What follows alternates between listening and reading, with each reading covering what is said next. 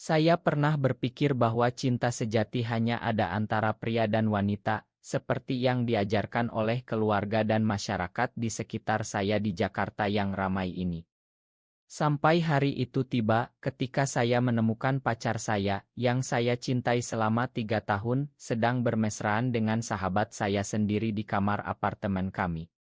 Hati saya hancur berkeping-keping, dan dalam keputusasaan itu, saya menyadari bahwa pengkhianatan bukan hanya menyakitkan, tapi juga membuka mata saya pada perasaan yang selama ini saya tekan dalam-dalam.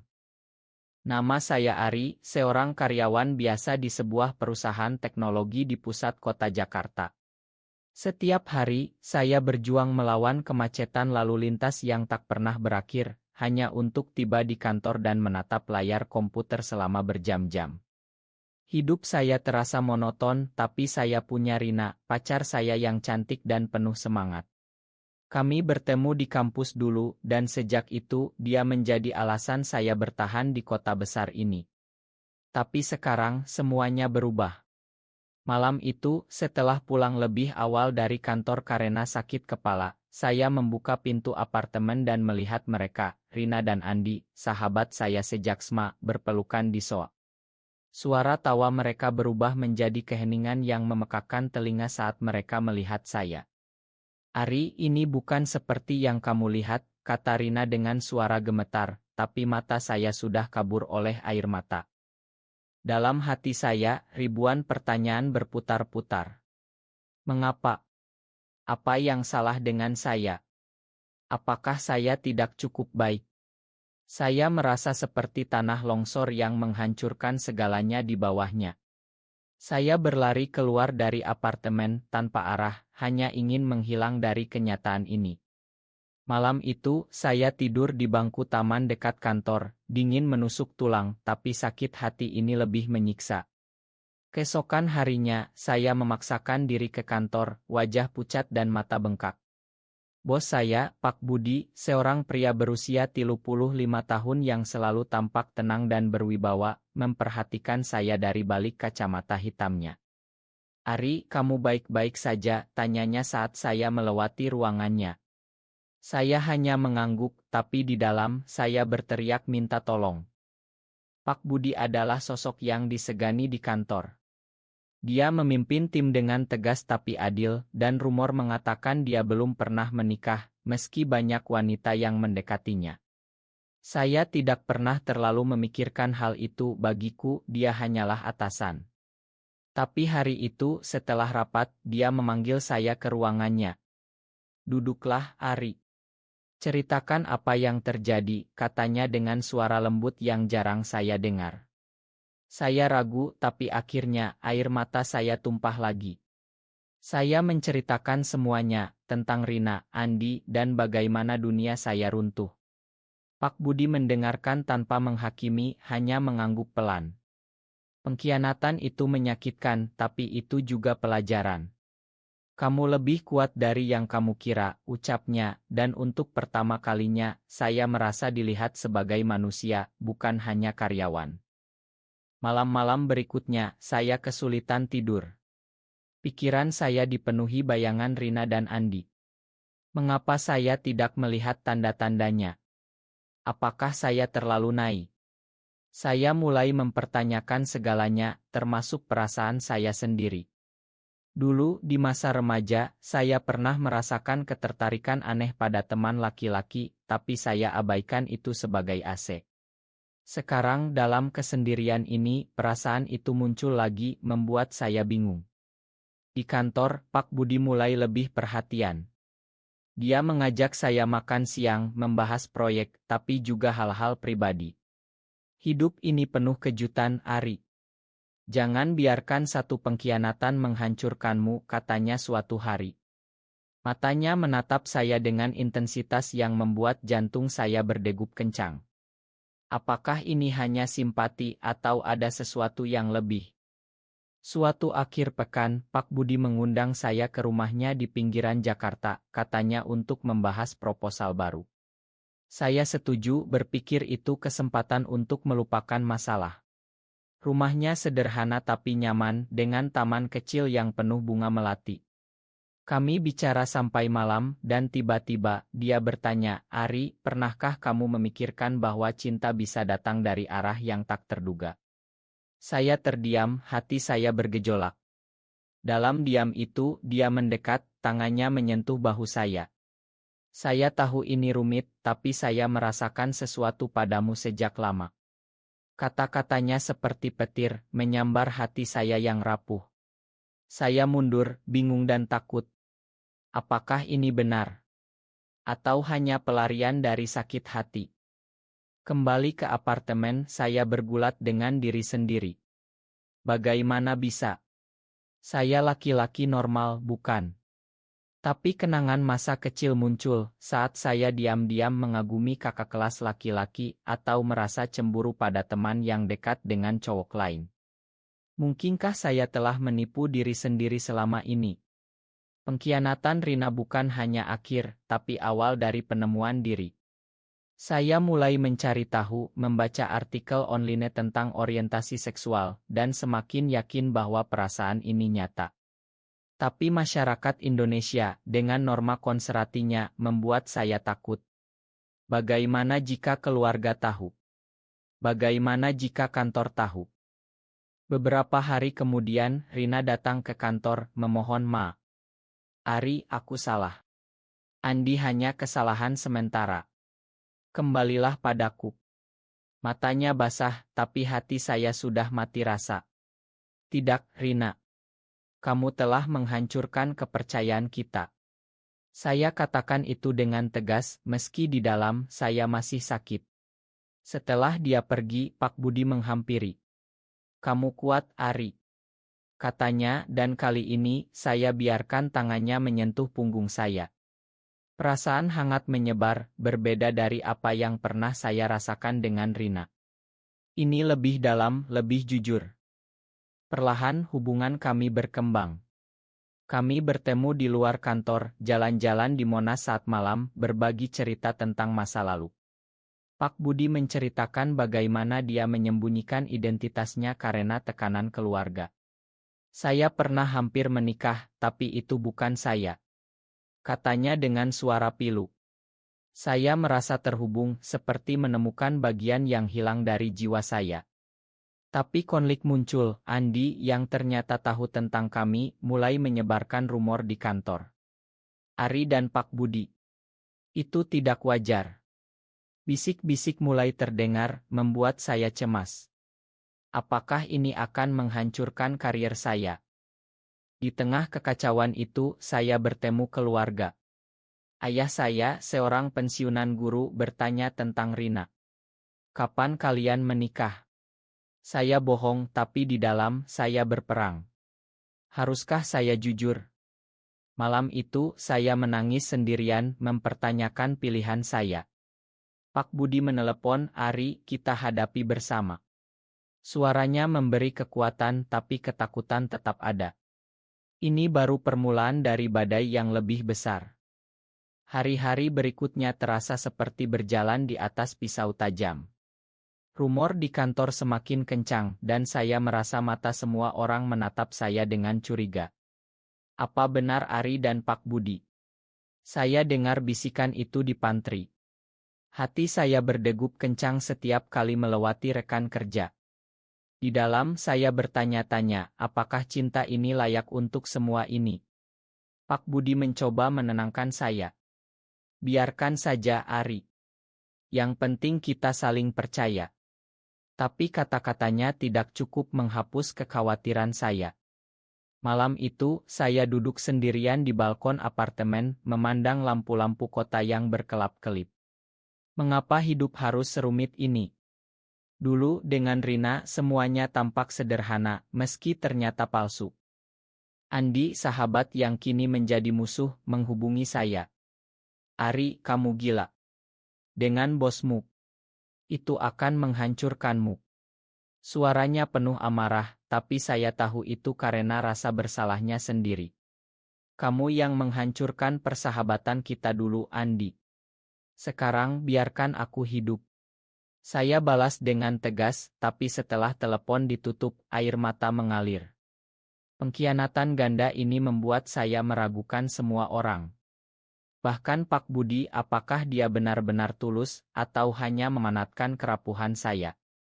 Pikiran gelap itu menghantui saya, membuat tidur saya gelisah. Suatu hari di kantor terjadi konfrontasi. Seorang rekan senior, Bu Siti, memanggil saya ke ruang rapat. "Ari, rumor ini harus dihentikan. Itu tidak sesuai dengan nilai perusahaan." Matanya tajam, membuat saya merasa seperti penjahat. Di dalam saya berteriak, mengapa cinta saya dihakimi?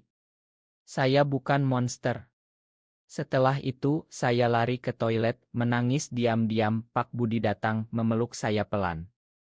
"Kita akan lewati ini," bisiknya. Sentuhannya memberi kehangatan tapi juga menambah beban. Apakah saya siap untuk perjuangan ini? Keluarga mulai curiga. Ibu menelepon, "Ari, kenapa kamu jarang pulang? Ada apa dengan Rina?" Saya bohong lagi, tapi suara saya gemetar. Di hati saya ingin berteriak, "Ibu, aku mencintai seorang pria." Tapi ketakutan akan penolakan membuat saya bungkam. Malam-malam saya habiskan dengan monolog panjang, apakah aku salah lahir seperti ini? Mengapa Tuhan memberi ujian ini? Perasaan bersalah menyiksa, seperti ular yang melilit jiwa saya. Pak Budi mengajak saya ke Bali untuk liburan singkat, katanya untuk melepas penat. Di sana, di pantai Kuta yang indah, kami berjalan bergandengan tangan saat senja. "Ari, aku mencintaimu apa adanya," katanya, dan untuk pertama kalinya, saya merasa bebas. Tapi bahkan di sana, pikiran buruk muncul, bagaimana jika ini sementara? Kembali ke Jakarta, realitas menyambut. Andi mengirim pesan ancaman, "Aku akan laporkan ke Her jika kamu tidak berhenti." Hati saya hancur lagi. Mengapa pengkhianatan ini tak pernah berakhir? Di tengah tekanan, saya mulai mencari dukungan. Saya bergabung dengan komunitas Love Online Anonymously. Cerita orang lain memberi harapan, ada yang bertahan, ada yang bahagia. Tapi juga ada yang hancur karena masyarakat. Ini membuat saya semakin bingung. Pak Budi melihat perubahan saya. "Apa yang mengganggumu?" tanyanya. Saya ceritakan semuanya, dan dia mendengarkan dengan sabar. "Kita bukan sendirian, Ari," katanya, tapi di mata saya melihat keraguan juga. Konflik mencapai puncak ketika ayah datang ke Jakarta tanpa pemberitahuan. "Ari, aku dengar rumor dari temanmu Andi," katanya dengan suara tegas. Hati saya berhenti berdetak. "Ayah, itu tidak benar. Saya bohong, tapi air mata mengkhianati." "Ayah marah, kamu membawa malu keluarga," jeritnya. Saya runtuh, merasa seperti anak hilang. Malam itu, saya sendirian lagi mempertanyakan segalanya. Pak Budi menelepon, tapi saya tak angkat. Apakah ini akhir? Perlahan, saya mulai bangkit. Saya konfrontasi Andi. "Mengapa kamu lakukan ini?" "Karena rasa bersalahmu sendiri," tanyaku. Dia terdiam, lalu mengaku, "Aku cemburu, Ari. Rina memilihmu dulu, sekarang kamu bahagia dengan orang lain." Pengakuannya mengejutkan, tapi juga membebaskan. Saya makan dia, meski sakit. Ini langkah pertama menuju kedamaian. Dengan Pak Budi kami bicara terbuka. "Aku takut, Budi," kataku. "Aku juga, tapi cinta kita nyata," balasnya. Kami putuskan untuk pelan-pelan tanpa memaksakan. Tapi tekanan dari keluarga tetap ada. Ibu menelepon menangis, "Ari, pulanglah. Kami khawatir." Hati saya terbelah. Apakah saya harus memilih antara cinta dan keluarga? Di akhir ile ini, saya sadar bahwa perjalanan ini baru mulai. Pengkhianatan Rina membuka pintu, tapi sekarang konflik batin saya semakin dalam. Apakah ada harapan? Kekacauan di hati saya semakin membara seperti api yang tak terkendali. Setelah konfrontasi dengan ayah, saya merasa seperti orang asing di rumah sendiri. Setiap malam, saya terjaga, memandang langit-langit kamar, dan bertanya, mengapa aku harus menderita seperti ini? Cinta seharusnya membahagiakan, bukan menyiksa. Pak Budi mencoba mendekat, tapi saya menjauh, takut melukainya juga. Ari, bicaralah padaku. Pinta dia lewat pesan, tapi saya diam, tenggelam dalam lautan keraguan. Andi yang kini menyesal, datang ke apartemen. Makan aku, Ari. Aku salah besar. Katanya dengan mata basah. Saya tatap dia lama, mengingat masa lalu kami sebagai sahabat. Kenapa kamu khianati aku 2 kali? Tanyaku, suara saya pecah. Dia ceritakan semuanya, bagaimana dia jatuh cinta pada Rina, dan bagaimana cemburu pada hubungan saya dengan Pak Budi. Aku iri karena kamu berani jadi dirimu sendiri. Ucapnya. Pengakuannya seperti pisau, tapi juga obat. Saya peluk dia, kita mulai lagi sebagai teman. Tapi di dalam, luka masih menganga. Keluarga tak berhenti menekan. Ayah menelepon setiap hari, kembalilah ke jalan yang benar, Ari. Suaranya penuh kekecewaan, membuat saya merasa seperti anak durhaka. Ibu menangis di telepon, kami mencintaimu, tapi ini salah. Kata-katanya menusuk jiwa saya. Di hati saya berteriak, ini aku, Ibu. Mengapa kalian tak pahami? Malam itu saya menangis hingga pagi, merasa sendirian di dunia ini. Di kantor, situasi memburuk. Her memanggil kami berdua. Ada keluhan tentang hubungan pribadi yang memengaruhi kerja. Kata mereka. Pak Budi tegas, ini urusan pribadi bukan kantor. Tapi saya gemetar, takut kehilangan pekerjaan. Setelah itu, dia katakan, mungkin kita harus mundur. Matanya pilu, membuat hati saya hancur. Apakah ini akhir? Saya pulang dan untuk pertama kalinya, saya berdoa sungguh-sungguh, Tuhan beri aku kekuatan. Perlahan saya mulai mencari jalan keluar. Saya bertemu dengan konselor di Jakarta secara rahasia. Perasaanmu Alid, Ari. Jangan biarkan masyarakat mendikte. Katanya. Sesi itu membuka mata saya. Saya sadar bahwa konflik ini bukan hanya luar, tapi juga dalam diri. Saya telah menekan siapa saya selama bertahun-tahun dan sekarang itu meledak.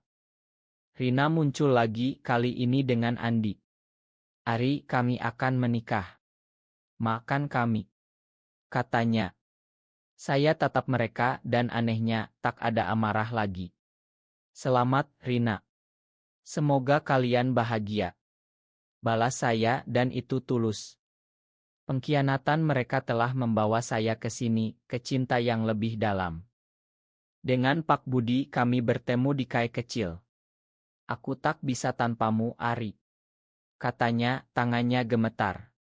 Saya pegang tangannya, aku juga, tapi kita harus kuat. Kami putuskan untuk keluar dari perusahaan, mencari pekerjaan baru. Ini risiko besar, tapi untuk cinta layak. Tapi badai belum berakhir. Ayah datang lagi, kali ini dengan ultimatum, pilih keluarga atau itu. Suaranya keras, tapi matanya menunjukkan rasa sakit. Saya menangis, ayah, ini aku. Tolong pahami. Dia pergi tanpa kata, meninggalkan luka yang lebih dalam. Malam-malam berikutnya, depresi melanda. Saya merasa seperti jatuh ke jurang tanpa dasar. Pak Budi tinggal di sisi saya, kita akan lewati, sayang. Panggilannya membuat saya meleleh. Tapi di dalam, saya bertanya, apakah bahagia ini layak untuk semua penderitaan? Akhirnya, saya tulis surat untuk keluarga, aku mencintai kalian, tapi aku harus jadi diriku sendiri. Mengirimnya membuat saya gemetar, tapi juga bebas. Respons mereka. Diam itu lebih menyakitkan dari amarah.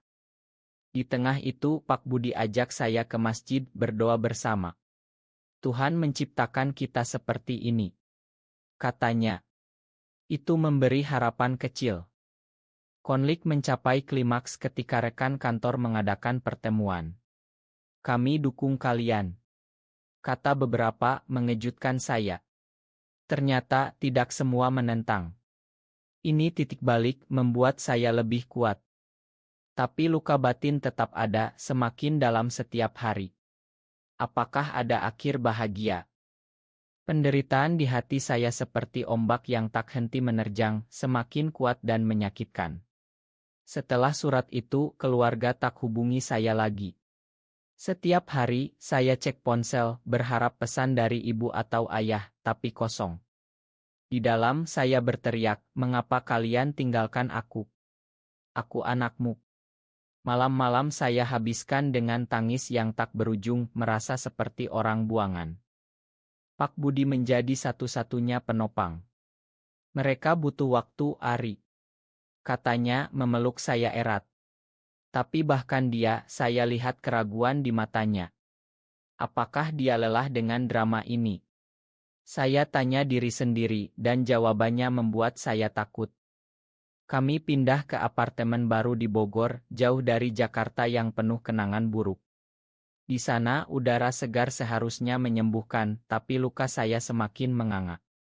Saya mulai minum alkohol, meski tahu itu salah. "Ari, berhenti," pinta Budi, tapi saya tolak. Di dalam, saya ingin mati rasa. Suatu hari, berita buruk datang, ayah sakit stroke. Ibu menelepon, "Pulanglah, Ari." Suaranya lemah. Saya buru-buru ke rumah keluarga di Depok. Di sana, ayah terbaring lemah, matanya memandang saya dengan campur aduk. "Ma, iya," bisik saya, air mata mengalir. Dia pegang tangan saya, "Aku tak paham, tapi aku cintai kamu." Kata-katanya seperti obat, tapi juga pisau. Mengapa butuh sakit untuk ini? Di rumah sakit, saya bertemu saudara-saudara. Mereka curiga siapa pria yang sering kamu sebut. Tanya adik. Saya diam, tapi di dalam, perang berlanjut. Pak Budi datang diam-diam, mendukung dari jauh. "Aku di sini," pesannya. "Setelah ayah pulih, kami bicara." "Ari, aku tak setuju, tapi jangan hilang lagi," katanya. "Itu langkah kecil, tapi berarti." Tapi ibu masih dingin, membuat hati saya sakit.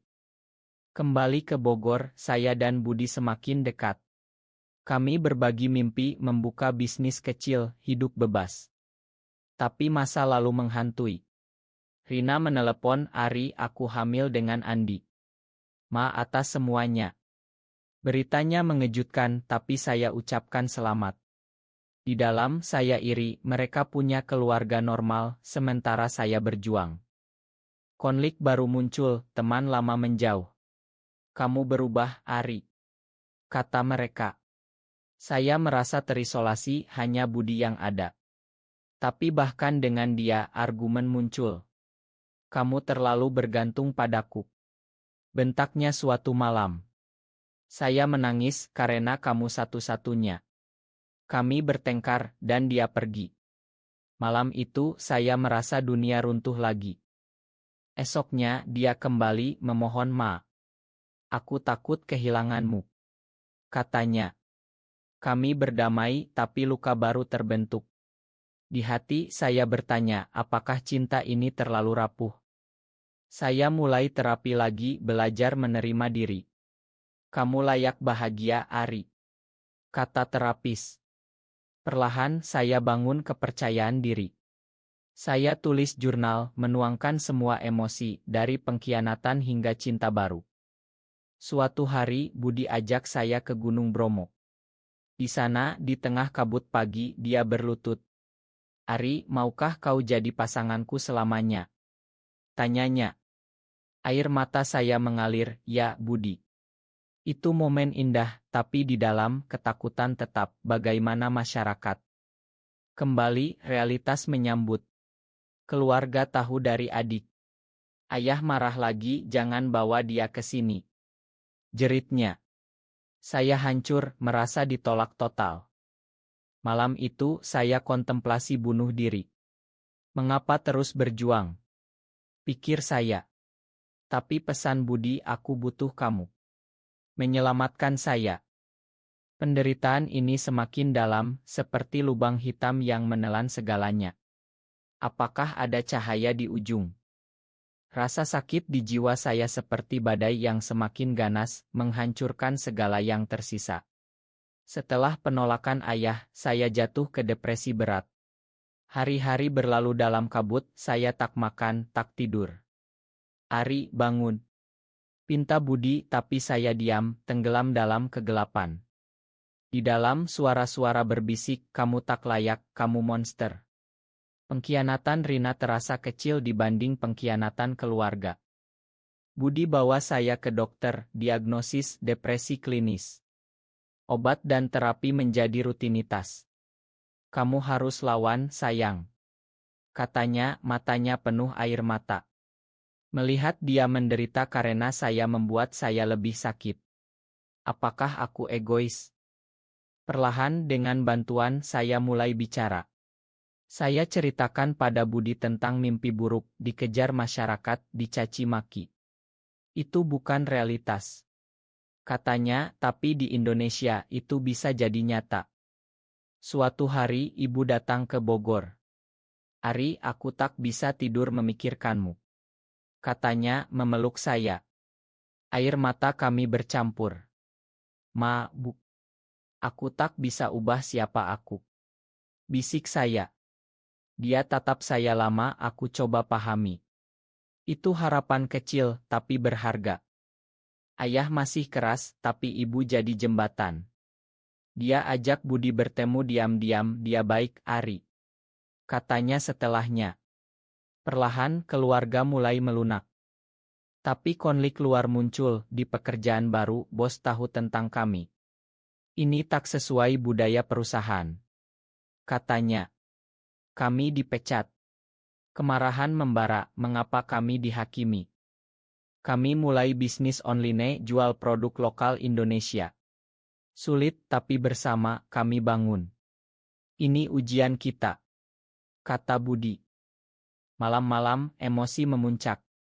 Saya bertengkar dengan Budi lagi, kamu tak paham penderitaanku. Jerit saya. Dia diam lalu peluk saya. Aku paham karena aku juga merasakan. Balasnya. Itu membuat kami lebih kuat. Saya bergabung dengan komunitas di Jakarta. Bertemu orang-orang seperti saya, berbagi cerita. Kamu bukan sendirian. Kata mereka. Itu menyembuhkan luka perlahan. Rina dan Andi datang dengan bayi mereka. Ari, terima kasih atas mamu. Kata Rina.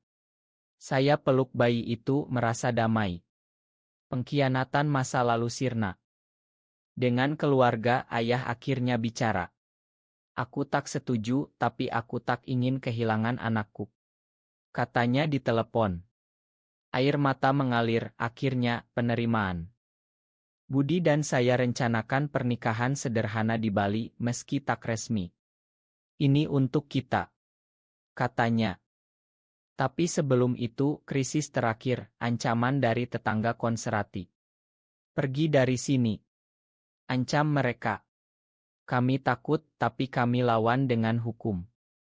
Penderitaan ini mencapai puncak, tapi saya lihat cahaya, cinta dan penerimaan. Emosi yang membara di dada saya seperti letusan gunung berapi, penuhlah panas yang membakar tapi juga membersihkan. Setelah ancaman itu, kami pindah ke Bali mencari kedamaian. Di sana, di tengah sawah hijau dan pura kuno, kami bangun hidup baru. Bisnis kami berkembang dan perlahan luka mulai sembuh. Tapi di dalam, saya masih bergulat, apakah ini akhir bahagia atau hanya ilusi? Keluarga datang berkunjung. Ayah tatap Budi, rawat anakku baik-baik.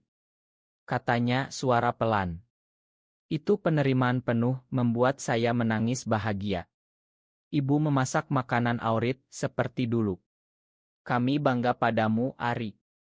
Bisiknya. Dengan Rina dan Andi, kami jadi teman lagi. Bayi mereka panggil saya paman. Pengkhianatan jadi pelajaran, makan untuk bebas. Budi dan saya nikah secara simbolis di pantai dengan saksi alam. Aku mencintaimu selamanya, katanya. Saya jawab, dan aku padamu. Hidup tak sempurna, masih ada diskriminasi, tapi kami lawan dengan cinta. Saya tulis buku tentang perjalanan ini anonymously untuk bantu orang lain. Di akhir, saya sadar, pengkhianatan membawa saya ke cinta sejati, dan penderitaan membentuk saya jadi lebih kuat. Hidup ini indah, meski penuh drama.